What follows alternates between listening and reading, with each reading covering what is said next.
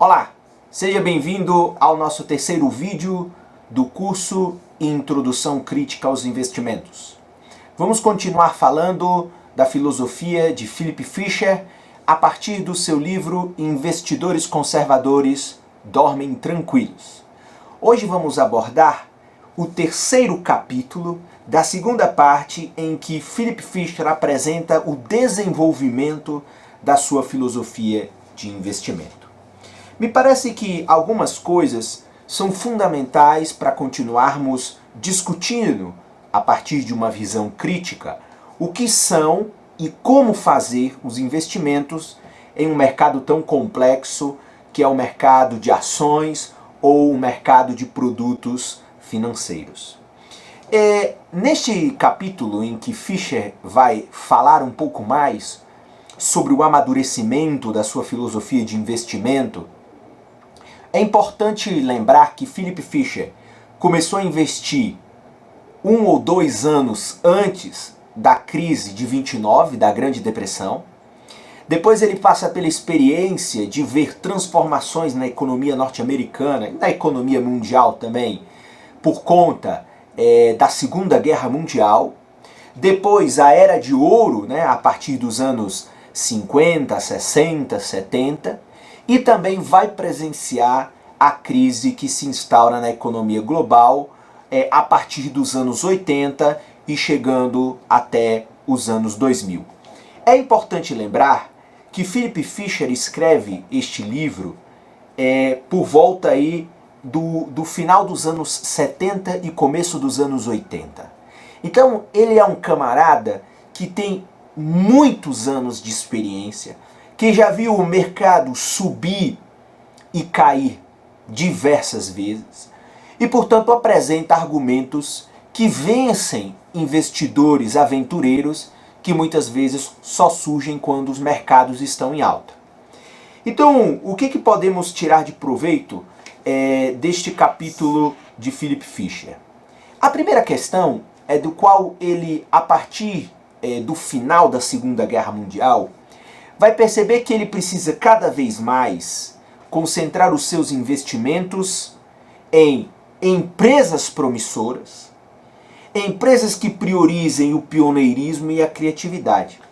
E aí, Philip Fisher vai falar de uma coisa que hoje soa como algo óbvio, por exemplo, em cursos de administração, ou quando escutamos CEOs de grandes corporações, ou especialistas no mercado competitivo, independentemente do ramo, é a importância de inovar. Então Fisher observa isso lá por volta de 1947, de que a empresa que não procura inovar, que não se arrisca, não tem chance de sobreviver, não tem chance de ser um bom investimento de longo prazo. Me parece que essa é uma coisa que hoje é óbvia, mas Fisher viu isso nos anos 40, o que não era uma coisa muito comum. Então veja, ele naquela época, por exemplo, ele via na indústria química um setor promissor.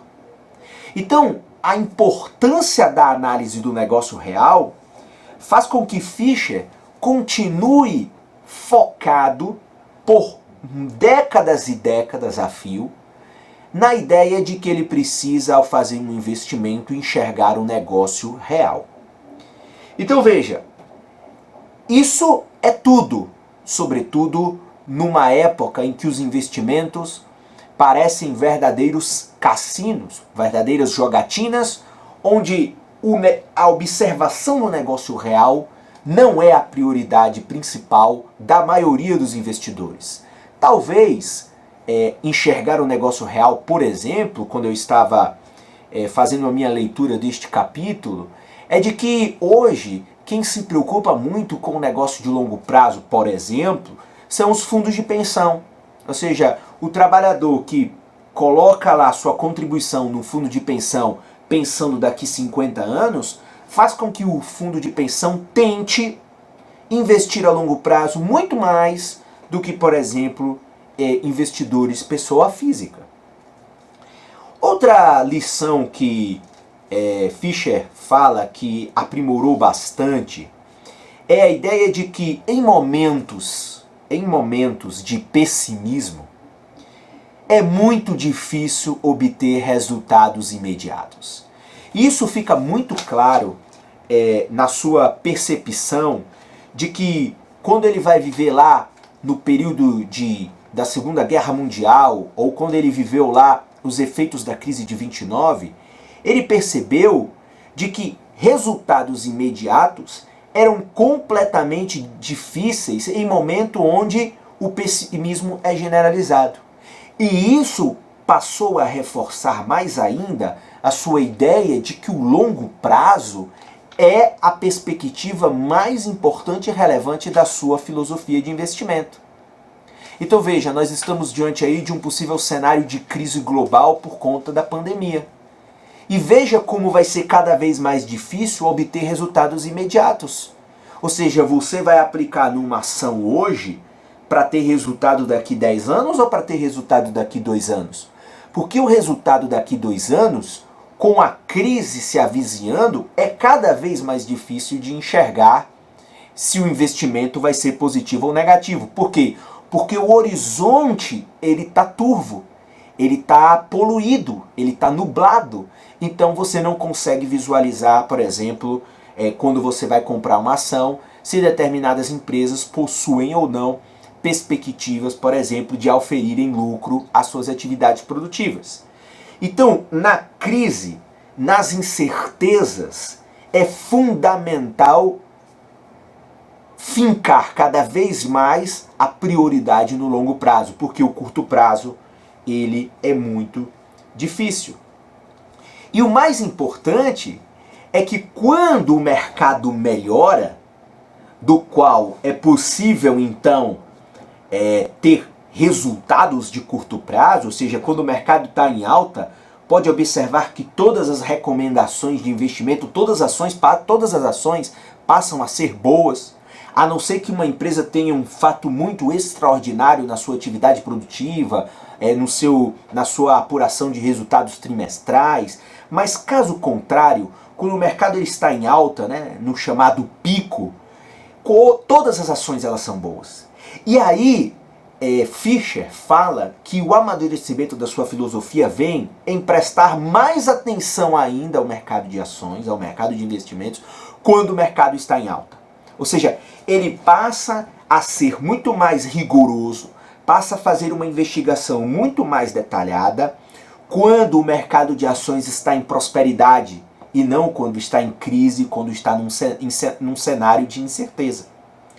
Então veja, de 1954 a 1969, que foi o auge, podemos dizer assim que foi uma era de ouro para o capitalismo global, sobretudo Estados Unidos e Europa Ocidental, sobretudo por conta não só das reconstruções decorrentes da Segunda Guerra Mundial, mas também por conta da Guerra Fria, por conta da corrida entre os dois grandes projetos de sociedade, que era o projeto capitalista e o projeto, entre aspas, socialista, comunista da União Soviética.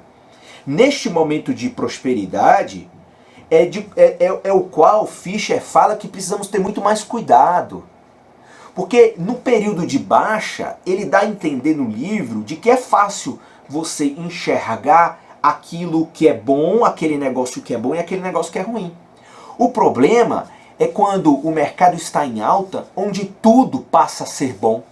Onde você tem uma febre psicológica, ele usa este termo, onde você tem um efeito de multidão, onde parece que todas as ações vão ter altas ilimitadas, e do qual, infelizmente, qualquer investidor pode ser seduzido pelo momento.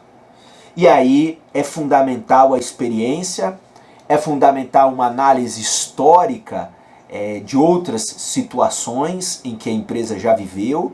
Então, ele começa a detalhar algo muito importante, algo que precisa ser extremamente considerado como fundamental na filosofia de investimento de qualquer um, que é a ideia e a compreensão de que você precisa acreditar de que nesses momentos de prosperidade os preços, né, os resultados positivos, eles têm limite. E aí, muita atenção nesses momentos. Então, por exemplo, ele cita lá que houve um período em que, por exemplo, as empresas tecnológicas passaram a ser uma grande febre. E mesmo lá nos anos 50, 60, 70, várias empresas não deram certo, ainda que na euforia todas tivessem seus preços valorizados. Então, isso é fundamental para a filosofia de Fischer. Outra questão que Fischer deixa claro neste amadurecimento é o que ele coloca lá numa seção de que faça pouco, mas faça bem feito.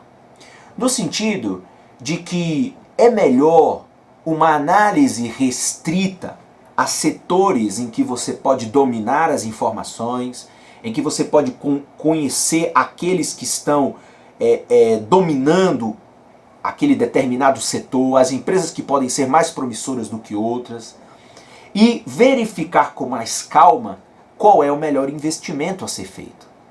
Então, essa ideia do faça pouco, mas faça bem feito, inclusive ele fala que é uma das coisas que também geraram muitas controvérsias naquele tempo, do qual ele era uma voz isolada contra uma filosofia de investimentos, do qual muitas vezes nos diz que devemos, por exemplo, diversificar e não concentrar os nossos investimentos.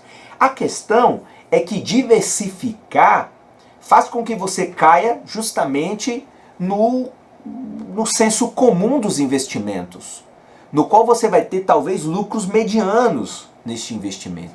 E não você vai ter, e no caso de fazer pouco, então, por exemplo, Fischer ele deixa claro que a prioridade dele eram ações do setor industrial. E ele se especializou nisso e se tornou um grande investidor ao longo do tempo, assim como o Warren Buffett, que é um dos seguidores de Philip Fischer, também deixam claro que ele tem determinados tipos de setores do qual ele é prioritário. E ele não se aventura em outros setores desconhecidos sob a lógica de que a diversificação ela é importante. Então é fundamental ter essa percepção complexa, crítica, mas que aqui estamos mostrando o exemplo de um camarada que defendeu algo diferente do que essas teorias que se tornaram teorias de manuais, do qual defendem a diversificação dos investimentos. Por exemplo, é muito difícil você ser bom em avaliar, por exemplo, ações de companhias aéreas versus ações de companhias de cosmético. Porque as empresas de cosmético, ou de beleza e de cosmético, que estão na ponta, estão na vanguarda, que estão se despontando num determinado setor delas e podem virar no longo prazo empresas cada vez maiores ou empresas que são hoje nacionais e empresas globais, isso significa de que a percepção de que essa ação ela é uma ação boa ou ruim vai depender de como você analisa essa empresa. E a análise do que é uma boa empresa do setor de cosmético, o que é uma empresa na vanguarda da tecnologia, é diferente de uma empresa de aviação ou de uma empresa automotiva. Então é fundamental ter uma percepção diferenciada dos setores, de maneira a possibilitar que você tenha a capacidade de fazer um julgamento apropriado do que é melhor ou não investir. Então fica essa dica aí de Philip Fischer. A outra questão polêmica, que ele mesmo mostra como polêmica, é a ideia de manter ou vender ações. Então ele já deixa claro o seguinte: quem mantém ações por muito tempo, então a ação chegou no alto, aí agora antes da crise tem muitas pessoas que vão vender, vão liquidar as suas operações, vão oferir seus resultados positivos, talvez vão ganhar 2, 3, 4, 5 vezes mais do que aplicaram, mas Philip Fischer fala de que quem mantém a ação é que tem uma visão de mais longo prazo. Vender ações quando elas atingem o pico sair para ter os resultados já positivos daquela determinada operação dentro daquele tempo, é uma visão da multidão. E aí, assim, é aquele negócio, não é a visão de longo prazo que ele tem declarado nos seus textos, né, nos 2 últimos vídeos que nós vimos. Mais uma vez, negócio, inovação, produto e longo prazo são palavras que aparecem constantemente nas argumentações de Philip Fisher sobre a sua experiência. Então, assim, manter uma ação é para ter uma visão de longo prazo. Como eu falei, por exemplo, fundos de pensão fazem isso.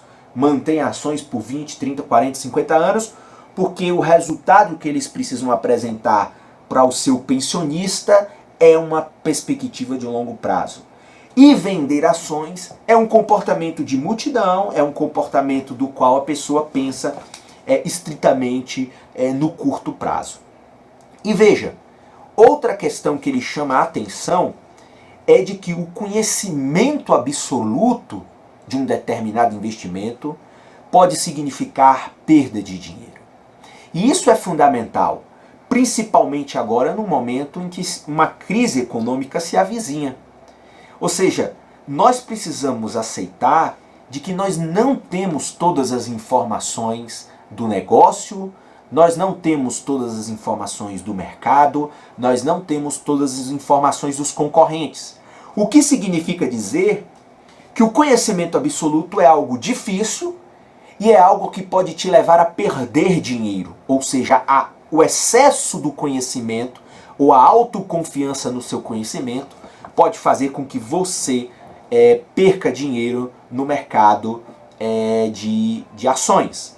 E veja, isso na economia nós chamamos de assimetria de informações, ou seja, nós temos que reconhecer que ao fazer um investimento, nós não temos todas as informações sobre aquele negócio. Alguém pode ter uma informação melhor sobre aquele negócio e, consequentemente, essa pessoa pode estar numa posição mais privilegiada do que a nossa.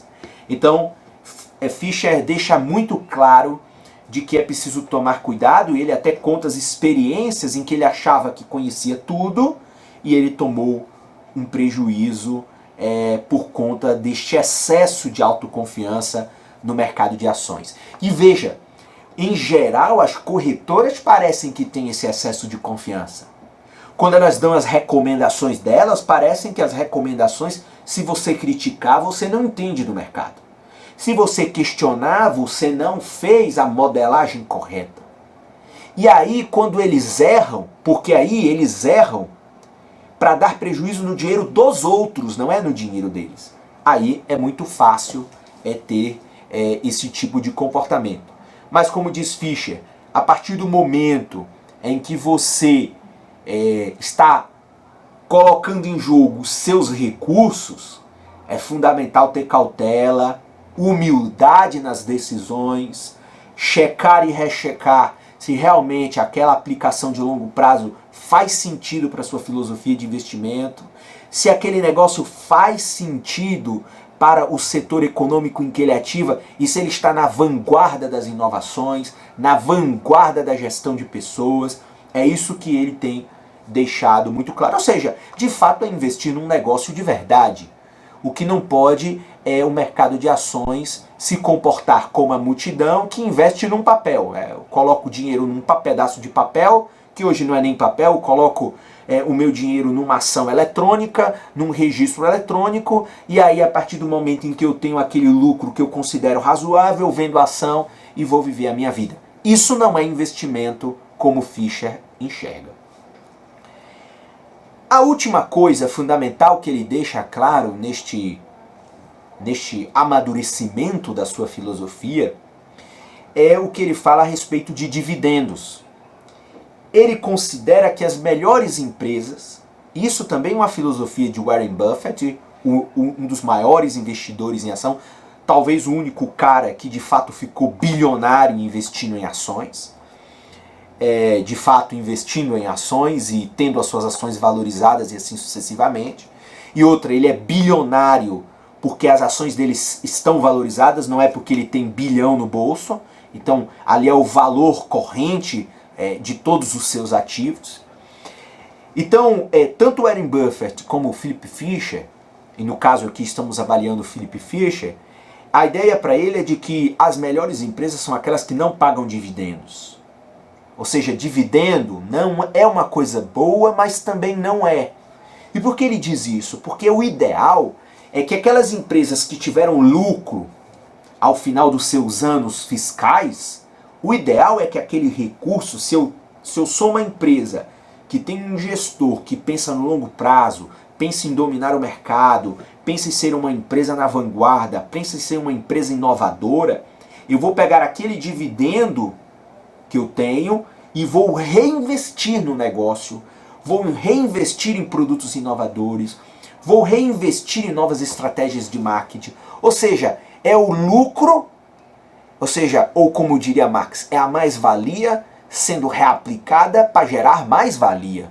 Para gerar mais-valia, duas linhas. Então essa é a ideia que Fisher deixa muito claro. Então, ele fala que ao avaliar os negócios, a ideia é enxergar, porque a empresa que distribui os lucros, isso não é ruim, mas revela um negócio que não está preocupado na próxima etapa que ela precisa vender, que ela precisa vencer do ponto de vista da estratégia do mercado, da estratégia de vencer o mercado e vencer os seus concorrentes. Então é fundamental que ela utilize os recursos de dividendos. E aí, como economista, é importante lembrar que essa perspectiva de Fisher, ela faz todo o sentido. Ou seja, se uma empresa quer se expandir, se uma empresa quer continuar crescendo, enfim, de maneira, aí vamos usar, ilimitada, ela quer continuar se transformando numa empresa de importância nacional ou global, o dinheiro mais barato que ela tem é o próprio dinheiro do lucro. Ou seja, o dividendo é um dinheiro que a empresa aplica nela mesma a custo zero ou apenas ao custo de oportunidade. E ele deixa isso muito claro, ou seja, uma empresa que distribui o lucro, mas precisa lá na frente criar um produto inovador, ou investir numa pesquisa ou numa nova estratégia de marketing, vai fazer isso como? Vai pegar dinheiro no banco? Vai se arriscar do ponto de vista do endividamento? Então essa é uma questão que Fisher deixa como fundamental e da qual ele passou a enxergar como importante à medida que a sua filosofia foi amadurecendo, à medida que a sua percepção do que é e da sua experiência do que é o mercado de investimentos o permitiu chegar e permitiu aprimorar. Então, essas são as lições que podemos aprender. Algumas são de fato bem críticas às teorias convencionais de investimento, do qual hoje transformam o mercado de investimentos, sobretudo o mercado de ações, num verdadeiro cassino, né, numa verdadeira roleta russa, do qual não se há uma perspectiva de longo prazo e, portanto, não se aposta na economia, não se aposta numa gestão do negócio, se aposta apenas que mais investidores queiram comprar as ações, essas ações vão subir no fictício mercado digital, né, enfim, lá no home broker, lá nos espaços 4.0, mas no mundo real essa empresa se descola, não tem qualquer conexão, e Fisher deixa claro que essa conexão é fundamental para quem quer de fato investir e para quem quer de fato dormir tranquilo, como ele recomenda. Isso, se a gente fosse observar, se fôssemos pegar alguma reserva financeira nossa, ou se fôssemos pegar um financiamento para abrir qualquer tipo de negócio, veja como a nossa visão de longo prazo ela é muito mais importante do que quando vamos comprar lá no home broker uma ação ou alguma coisa, do qual a nossa visão passa a ser imediatista de curto prazo. Eu acho que essas são as lições fundamentais que temos para extrair hoje deste capítulo em que Fisher fala como desenvolveu a sua filosofia de investimentos. É isso, nos vemos nos próximos vídeos. Até lá!